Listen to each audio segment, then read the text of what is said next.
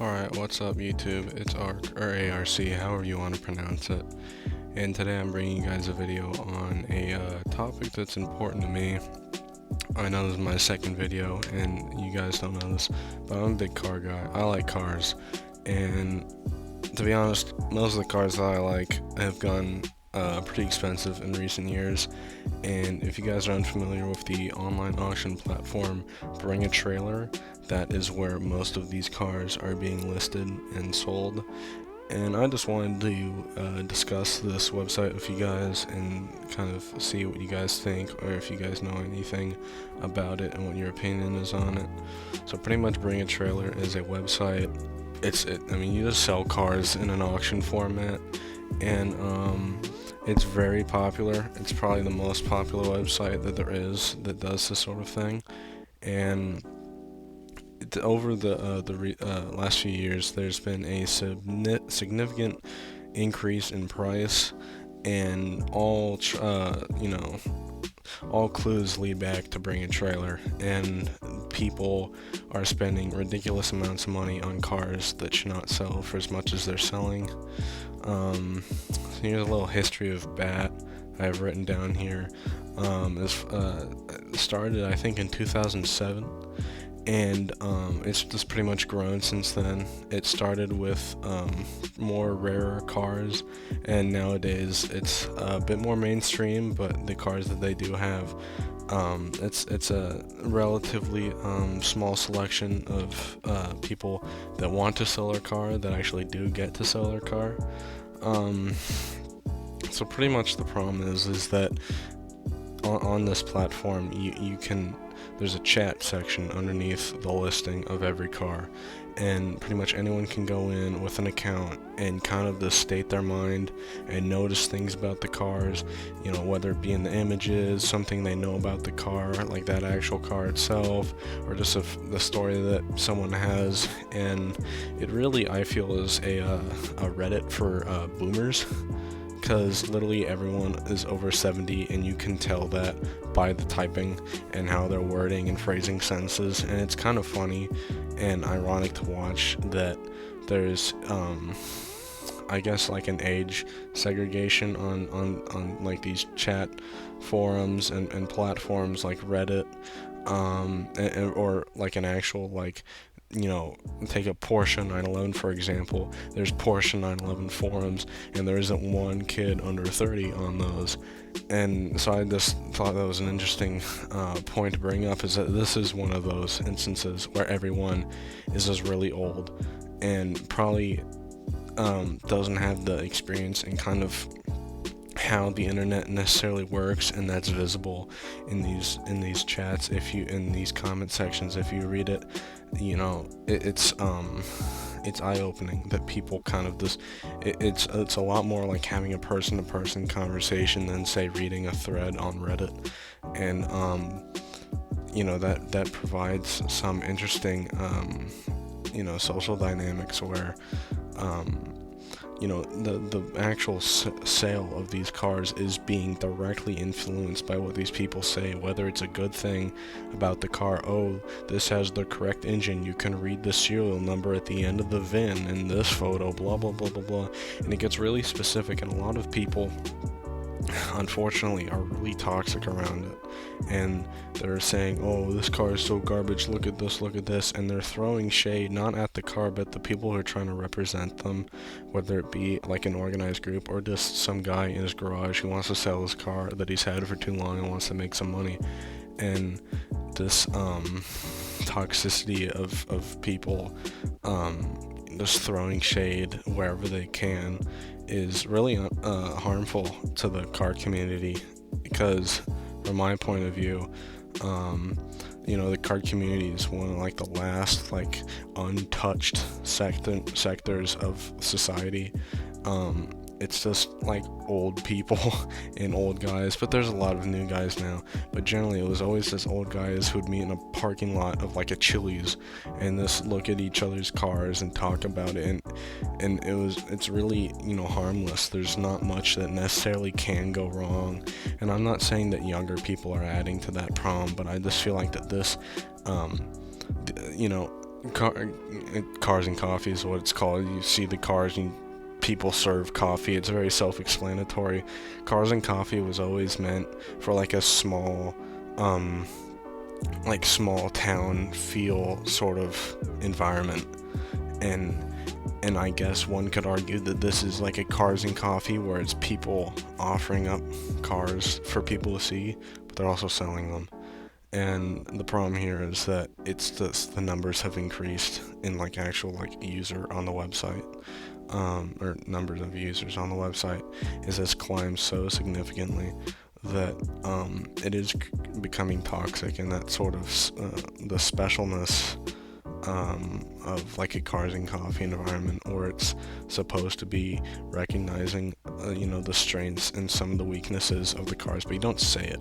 It's just it's an observatory sort of environment. And what's happening with Bring a Trailer is that people are deliberately calling out these flaws, because you and I know nothing's perfect. There's nothing that is perfect in this world, and if you come look at one of these comment sections with the mindset of, oh, this car isn't perfect, I have to tell everyone what's wrong with this so people don't buy a bad car, like, okay, you're looking out for someone else, but that's just completely unrealistic and a terrible point of view to have while coming into anything in life. And the fact is that that's it's becoming really detrimental. So now the cars, take any sort of model, there's a spectrum of cars that are either really nice or really kind of crappy, and what's happening is that the cars that are kind of crappy are getting bumped down, and in an auction format you can set a reserve where if the auction doesn't reach that price, the car does not sell. So what's happening is a lot of these cars that are on the lower end of like the spectrum of like nicety or restoration or originality are no selling. And the cars that are like really nice are the ones that are well taken care of or untouched or have low mileage, etc., etc. And those are the ones that are bringing massive money, because people see, oh, there's none that look like this is the only one, so that adds a sense of rarity to something that might not actually be rare. And this is where this like artificial inflation or demand comes into play, where people are creating this demand for cars that are of a certain quality, even though there are more cars than the actual demand is stating there is, and because the demand is only reflecting nice cars that are bringing huge dollars, and that's creating, not just on the website Bring a Trailer, but in everywhere, OfferUp, Facebook Marketplace, Craigslist, eBay, people have this false sense that their car that might not be Bring a Trailer quality or would bring that money on Bring a Trailer, they're then asking for that price up front. And people are buying it because they're like, oh, this car has the potential to be a $275,000 car and Bring a Trailer when I can get it here for $125 or $75, and they see this possible profit, and it's really unrealistic. And it's creating a lot of toxicity where it's collecting cars or buying and selling cars, or even just having a cool car and taking it to a Cars and Coffee has become a competition. And you can see that, like, when I go to a Cars and Coffee, everyone looks right to the R32 GTR or the untouched Ferrari 308 or some shitbox Datsun 240Z with an LS in it, and it's the engine bay is painted and everyone's just drooling over it. And people have to realize that, okay, the reason that is cool is, well, number one, the car is cool, but what people are attracted to is like, oh, that costs a lot of money. And it used to be where people would like cars because they are cool and they have some sort of functionality that you like, whether you like drag cars, it has a bunch of horsepower and a huge differential and huge drag radials, like, oh, that's something I like. Or if you're more of a drift guy, you see a really cool car with a drift setup, like, oh, I want to go check that out, I want to see what I can learn and see what this car has. It's become so dominant on price, and cars are categorized basically on how expensive they are. And that's you know, determining popularity, which I feel is killing the whole purpose of like a cars and coffee environment, where, you know, it's supposed to be a positive sort of, you know, positive reinforcement of kind of what the car community is about, which is, a phrase that is commonly used as respecting others' builds. It's like if you build a car, it's considered a build, and you have to like respect other people's builds, which in theory makes sense, but in reality and in application, that's not what's happening. I guess you could say out in the field, out at these cars and coffees. But I think we have to recognize that Bring a Trailer is undoubtedly the future, and it's just going to take adaptation. Obviously, nothing in life is going to stay the same forever, and we're seeing that with, you know, the car community, and it's a big transition that we're going to. I would argue that the biggest, you know, the short history of cars, I mean, you know, people are only really collecting cars and making cars, and to the car community that is, you know, present today in like the late 40s, and early 50s. So it's relatively new, and that was probably the first big revolution versus, or since the automobile was invented, and the second, I would argue, would be the development of the internet itself, and where people would go from selling and looking at cars in their neighborhoods or in their small towns or cities to now they can span the whole internet and see what people from around the world have as a car or a project. And obviously that's good. Having a lot of anything generally in life is good for you to have take reference from, but it's created a lot of toxicity, and just like any change in life, problems are bound to happen. I think a few changes that kind of need to be made are,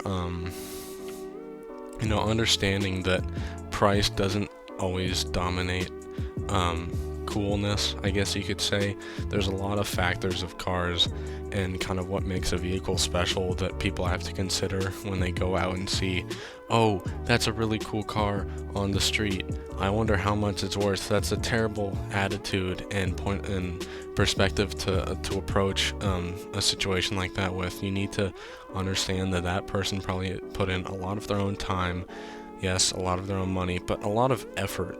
And what's key here is effort, is what that car means to that individual, and whether you could have a really rough car on the outside, but he took a lot of time to build the motor, or it's a really nice car, but it has a salvage title and he rebuilt it in his garage.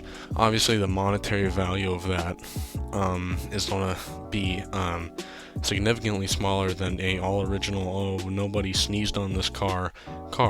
And you know, obviously that's the facts nowadays, and pretty much it's been the fact for a long time. But that's besides the point. It's what that car means to the individual, and effort in making a car into something that you envisioned is really the special part of, you know, the special, like, personal you know, your personal identity is built into the car that you build. It's translated through you and your hands, and how you mend and shape the car into what it is, and that's what's special. It's not always just the monetary value. And people have to understand that nothing's perfect, right? I mentioned this earlier. Nothing's perfect, and when people go into a setting like Bring a Trailer, where they just think, oh, I have to nitpick on everything that's not right because I know so much about this. Like, okay, maybe you do know a lot, but that doesn't mean that you have to rub it in people's face. There's a time and place for that conversation to be had, whether it's you're purchasing the car and you're serious about it and you want to get a good car and you're willing to pay that premium. Then that's a conversation where you're like, oh, look at the small little rock chip. Oh, there's a slight dent underneath the door handle. Then you can get nitpicky. But in a public setting where you're directly influencing people, it's peer pressure. That's really what it is. It's peer pressuring people into making financial decisions that you have no part in, and you know, you're just directly influencing what could be a significant financial decision for someone in their life. And I think you know, that needs to stop. It's unfortunate that we've gone to this. The car community is supposed to be pretty special, and I don't like where it's going. Yeah, that's about it. See ya.